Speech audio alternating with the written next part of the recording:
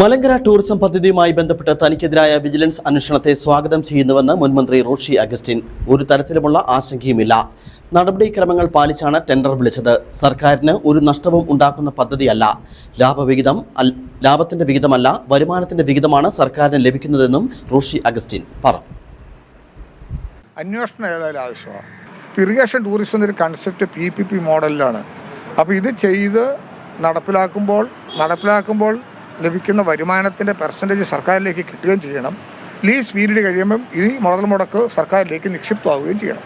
ഈ കാലയളവിൽ ഏതെങ്കിലും ഘട്ടത്തിൽ ലീസിന് വിരുദ്ധമായി അല്ലെങ്കിൽ എഗ്രിമെൻറ്റിന് വിരുദ്ധമായി പ്രവർത്തിച്ചെങ്കിൽ ഇത് ക്യാൻസൽ ആവുകയും ചെയ്യും. നിക്ഷേപകർ കേരളത്തിലേക്ക് വരാൻ താല്പര്യം കാണിക്കുന്നതിനും കൂടെ തടസ്സം നിൽക്കുന്ന സ്ഥിതി ആയതിപ്പം.